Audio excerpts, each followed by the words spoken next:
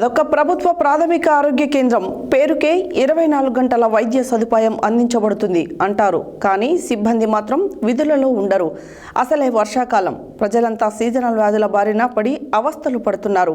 24 గంటల సదుపాయం అందించాల్సిన నాంపల్లి ప్రభుత్వ ప్రాథమిక ఆరోగ్య కేంద్రం సిబ్బంది ఉదయం పూట 8 గంటలకు విధులు నిర్వహించడానికి పరిమితమవుతున్నారు. అదొక ప్రభుత్వ ప్రాథమిక ఆరోగ్య కేంద్రం. పేరుకే 24 గంటల వైద్య సదుపాయం అందించబడుతుంది అంటారు. కానీ సిబ్బంది మాత్రం విధులలో ఉండరు. అసలే వర్షాకాలం. ప్రజలంతా సీజనల్ వ్యాధుల బారిన పడి అవస్థలు పడుతున్నారు.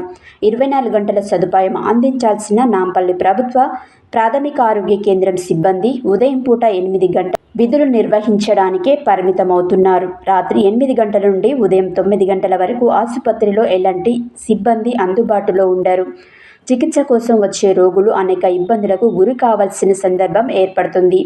అత్యవసర సమయంలో ఉపయోగపడాల్సిన ప్రభుత్వ ఆసుపత్రి ఆపదలో వచ్చిన రోగులకు డాక్టర్లు సిబ్బంది లేక పడిగాపులు కాసి ఎవరికి మొరపెట్టుకోవాలో తెలియక వెనుతిరుగుతున్నారు. ఆసుపత్రి ఆవరణ మొత్తం చెత్త చెదరంతో నిండి వచ్చిన రోగులకు కొత్త రోగాలను అంటించే విధంగా తయారయ్యింది.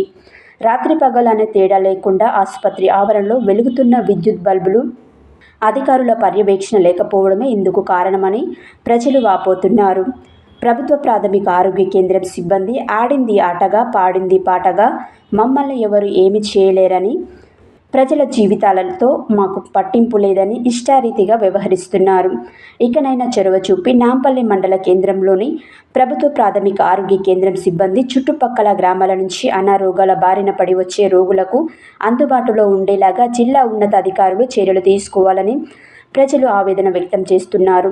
ఇట్టి విషయమై నాంపల్లి ప్రాథమిక ఆరోగ్య కేంద్రం మెడికల్ ఆఫీసర్లు డాక్టర్ తరుణ్, డాక్టర్ ఇస్రాత్, ఉన్సా బేగంలను చరవాణి ద్వారా సత్యాన్యూస్ వివరణ కోరగా విధులలో గైర్హాజరవుతూ సక్రమంగా విధులు నిర్వర్తించిన వారిపై ఉన్నతాధికారుల దృష్టికి తీసుకెళ్లి చర్యలు తీసుకుంటామని వెల్లడించారు.